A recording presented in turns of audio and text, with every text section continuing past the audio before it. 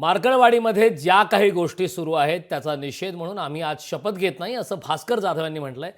भास्कर जाधव यांच्याशी संवाद साधलाय आमचे प्रतिनिधी भूषण शिंदे।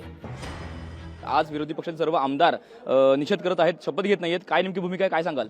नाही, भूमिका ही आहे की मार्कलवाडीमध्ये सोलापूर जिल्ह्यामध्ये ज्या पद्धतीनं लोकांनी मतदान हे बॅलेटवर घेऊन आम्ही नक्की कोणाला मतदान केलं हे स्वतःला स्वतः तपासण्याकरता म्हणून त्यांनी बॅलेटवर मतदान घेण्याचा निर्णय घेतला। त्याचा परिणाम हा निवडणूक आयोगाच्या निर्णयावर, त्याचा परिणाम हा निवडून गेलेला किंवा पराभूत झालेल्या उमेदवारावर होणार नाहीये।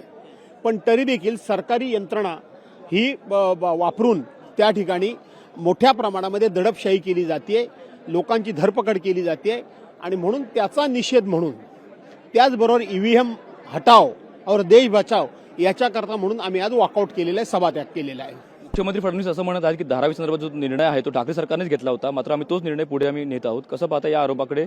एक प्रकारे त्यांनी तुमच्यावरच सर्व ढकललेलं आहे। असं आहे की आताच ते मुख्यमंत्री झालेले आहेत, मला वाटतं अशाच पद्धतीनं ढकलाढकलीचा कारभार ते करतील त्याची ही चुणूक दिसतीये।